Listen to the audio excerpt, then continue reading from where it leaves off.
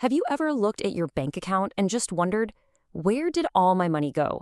It's like your paycheck pulls a disappearing act every single month. Well, if you're ready to take back control, you're in the right place. Today, we're going to break down a super simple but really powerful rule that puts you in charge of your finances. It's a story we all know, right? You get paid, you handle the bills, you live a little, and then, boom. Suddenly, you're staring at your bank balance, wondering how it vanished so fast. It's a pretty frustrating cycle for sure. But what if I told you there's a really simple way to finally break it? Let's dive in. All right, let's talk about the big, scary B word, budget. I know. For a lot of people, it just sounds like restriction, like you have to say no to everything fun. But honestly, what if we've been looking at it all wrong? What if a budget isn't a cage, but it's actually the key that unlocks your financial freedom? Think about it like this. Without a plan, your money is kind of like a ship with no rudder. It just drifts wherever the current pulls it.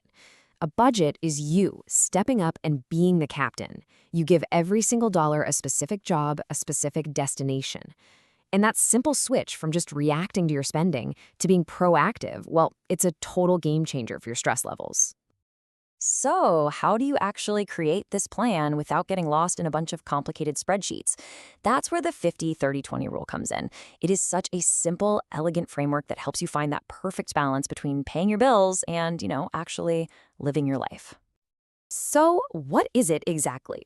The 50-30-20 rule is just a guideline that splits up your take-home pay, that's the money you get after taxes, into three really easy buckets. 50% goes to your needs, 30% goes to your wants, and a really important 20% goes toward your savings and paying down debt. And here's what that looks like. It's so clear, right?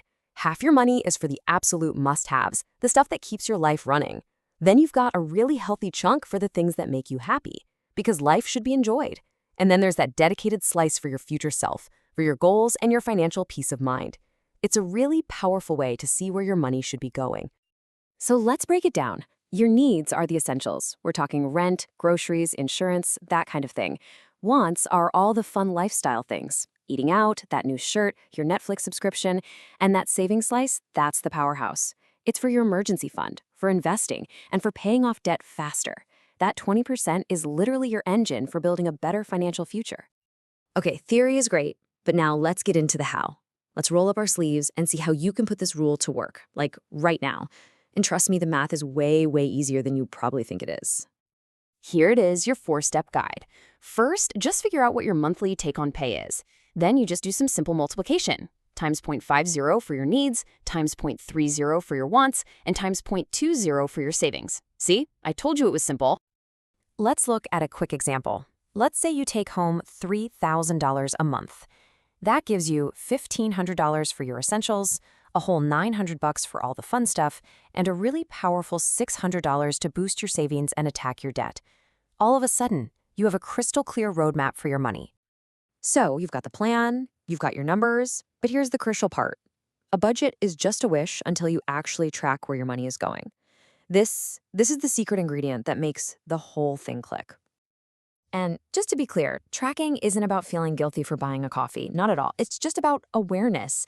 It's about seeing your actual spending habits. You might think you only spend $50 a month on takeout, but the real numbers might tell a different story. And that's okay. That's just good information that lets you make better choices. So how do you actually track everything? Well, it's kind of a choose-your-own-adventure deal. If you're someone who loves automation, there are some amazing apps out there that do all the work for you. But if you're more of a hands-on person, a simple spreadsheet might be your best friend. Honestly, the best method is whichever one you'll actually use. Okay, you've got the plan. You've got the tracking tools. Now for the most important part. How do you make this whole thing stick? How do you turn this into a real long-term habit? Let's go over a few tips. These tips right here are absolute game changers. Seriously, automate your savings so you're always paying yourself first. Schedule a little monthly money date with yourself just to check in.